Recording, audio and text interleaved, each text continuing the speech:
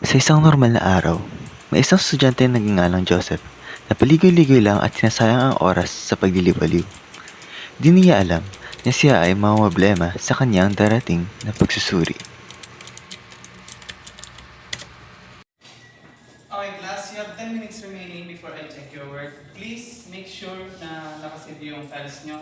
Lalabas muna ako saglit, ha? Yes, sir. Okay. Shit, ang konti pa lang itong ginagawa ko. Hindi pwede ka na matapos.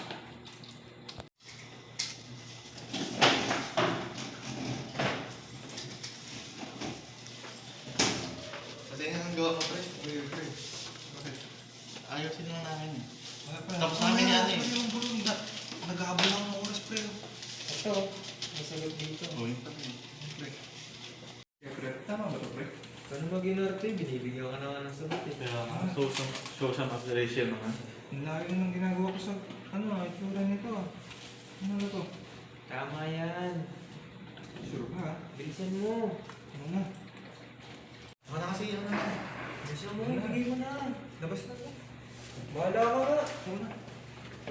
Papareserve na lang kami sa computer shop. Sige. Ang daw doon.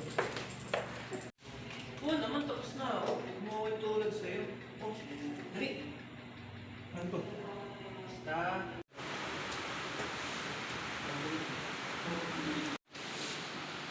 Ayos to, pre.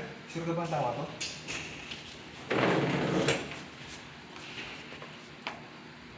Oo pa, tama yan. Tiwala lang. Sige pala, una na ako. Sige. Good luck, good luck.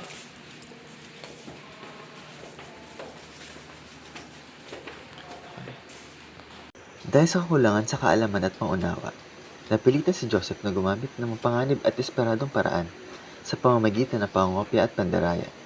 Subalit, malalaman niya bukas ang kanyang kapalaran kung siya ba ay ipanagpala o matatagpuang nagkasala. Okay, class, that is the end of our discussion for today. You may leave now. Herbert at Joseph, magpaiwan kayo. Thank you, sir. Sir, bakit kayo may iwan? Obvious naman, di ba? Bakit parehas na parehas kayo ng ginawa ni Joseph? Okay lang, sir, kung hindi ko kayo pinanggo. Ay, ang kapar naman. Mamaya pumunta kayo sa room ko at mag-uusap tayong dalawa kasama yung guidance ng sila. Kasalanan ko to eh. Ang damay pa.